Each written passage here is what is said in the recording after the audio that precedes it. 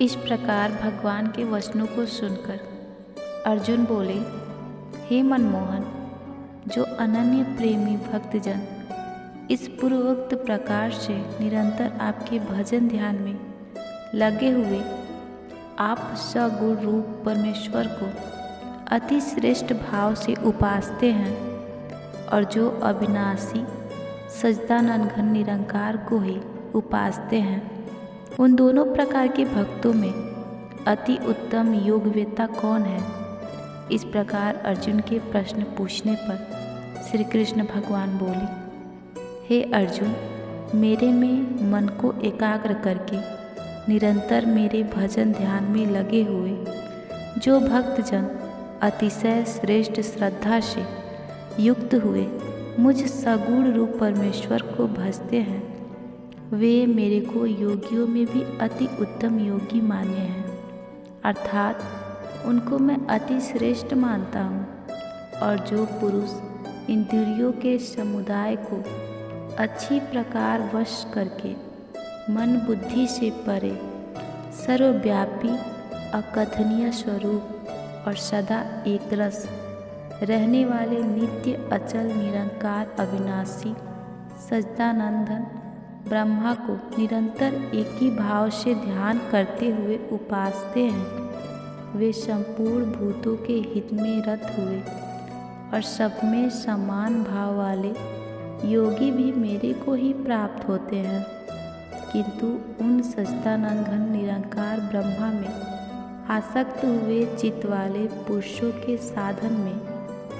कलेश अर्थात परिश्रम विशेष है,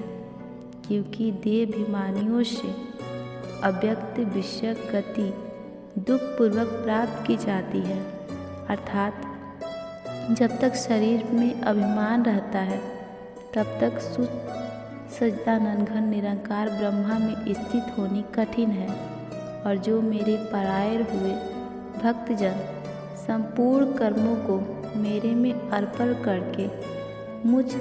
सगुण रूप परमेश्वर को भी तैल धारा के सदृश अनन्य ध्यान योग से निरंतर चिंतन करते हुए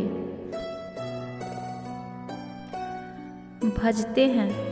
हे अर्जुन, उन मेरे में चित्त को लगाने वाले प्रेमी भक्तों का मैं शीघ्र ही मृत्यु रूप संसार समुद्र से उद्धार करने वाला होता हूँ। इसीलिए हे अर्जुन,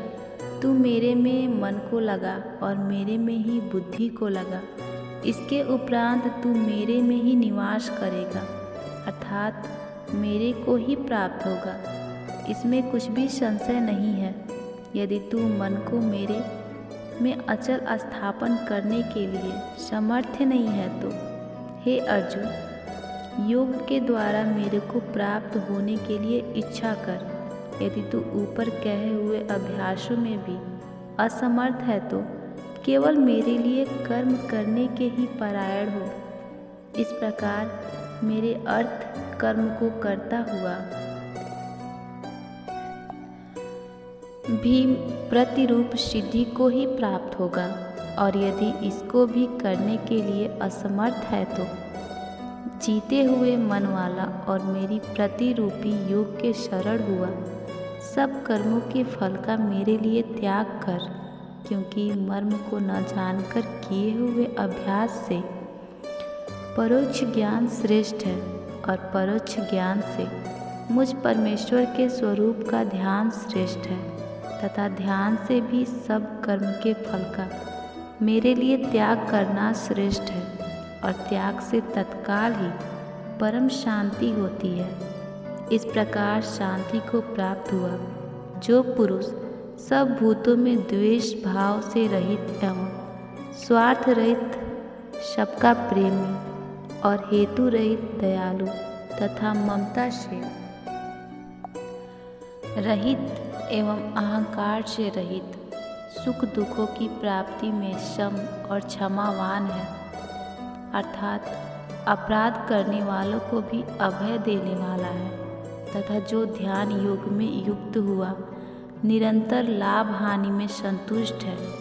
तथा मन और इंद्रियों सहित शरीर को वश में किए हुए मेरे में दृढ़ निश्चय वाला है, वह मेरे में अर्पण किए हुए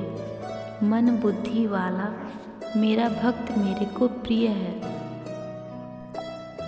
जिसमें कोई भी जीव उद्योग को प्राप्त नहीं होता है और जो स्वयं भी किसी जीव से